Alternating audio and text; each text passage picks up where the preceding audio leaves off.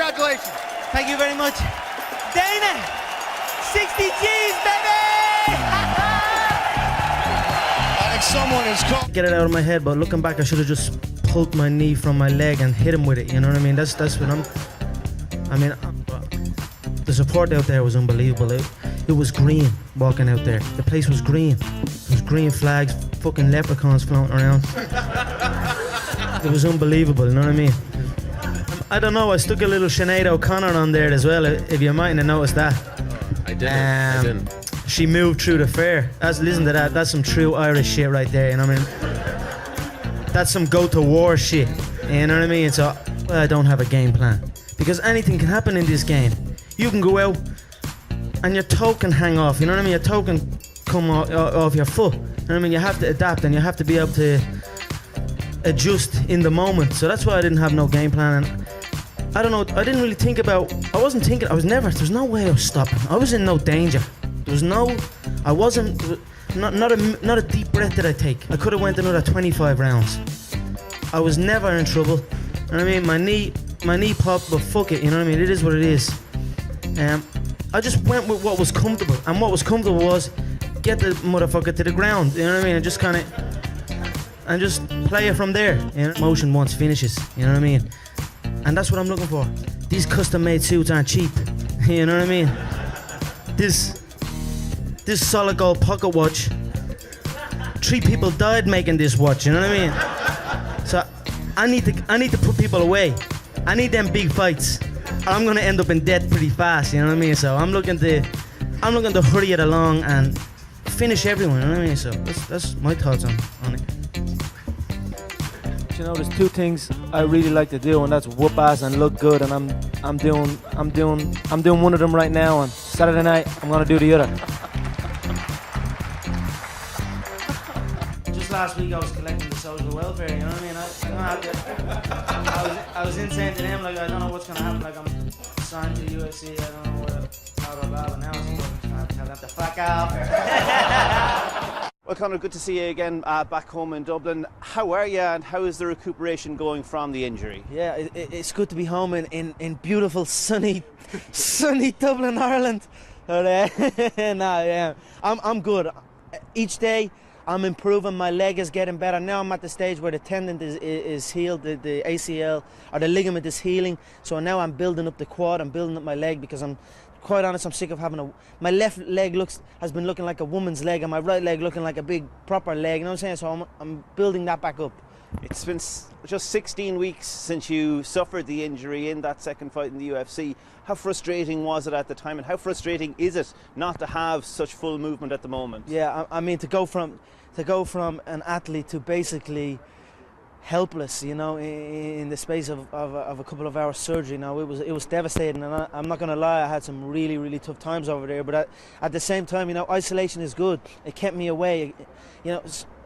An injury is not just a process of recovery, it's a process of discovery, and I discovered a lot about my mental game and my mind frame, you know what I mean? What happens if the game was taken away from me, you know what I mean? So, but this is part and parcel of the sport. This is the hurt business we are in, so I'm just going to outwork everyone like I always do, and I'm going to come back and whoop everyone that is in my way. And from the very start, I was following you on Twitter, and you said immediately, you said, I'm going to beat this, I'm going to come back from this. What's the time process now, or what's the next step in the recovery? Well, right now I can spar boxing. Now, I only got this news yesterday that I can fully spar boxing, so I'm going to ease my way back into that, but I can run now on full concrete. That was something I couldn't do.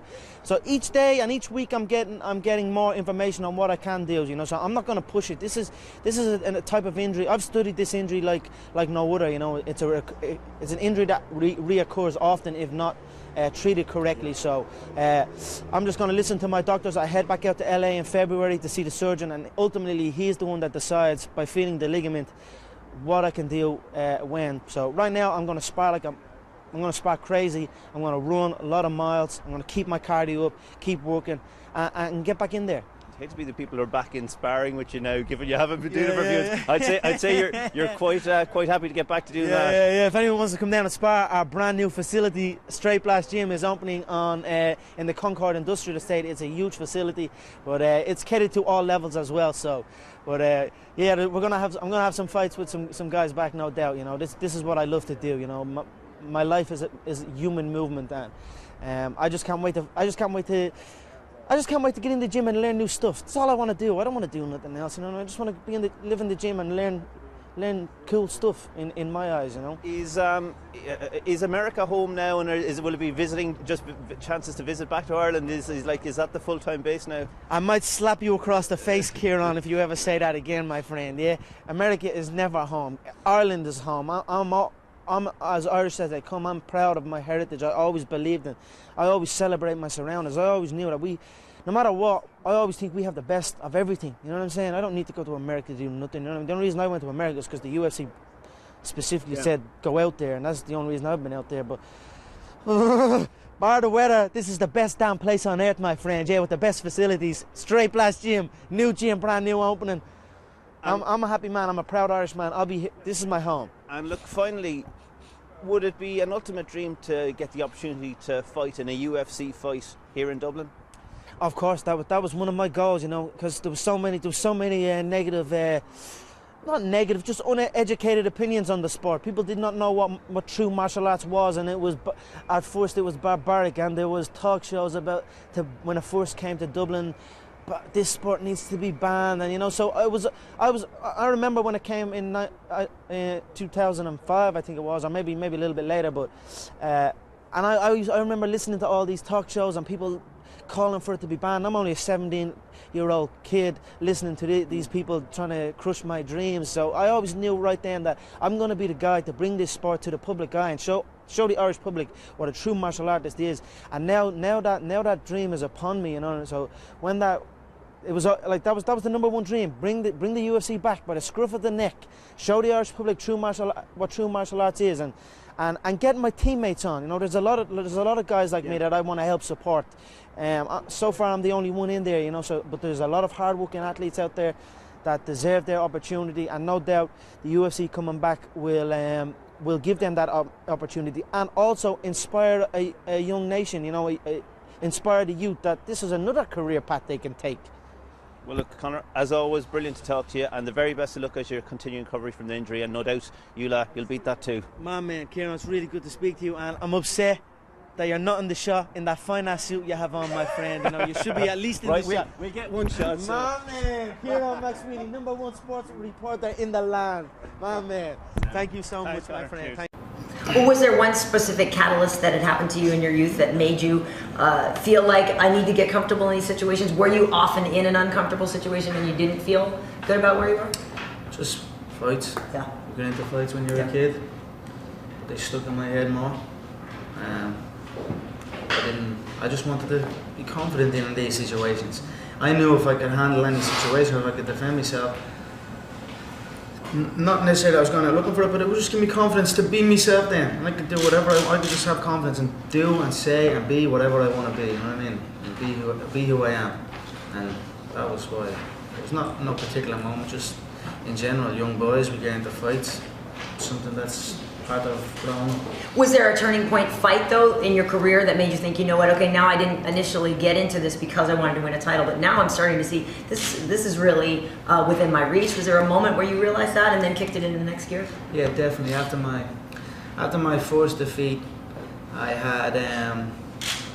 had no respect for jiu-jitsu. I had no respect for the grappling arts. I was a boxer. I got caught in a leg lock and whatever, I brushed it off, I drifted in and out, wasn't really interested. Then my second loss,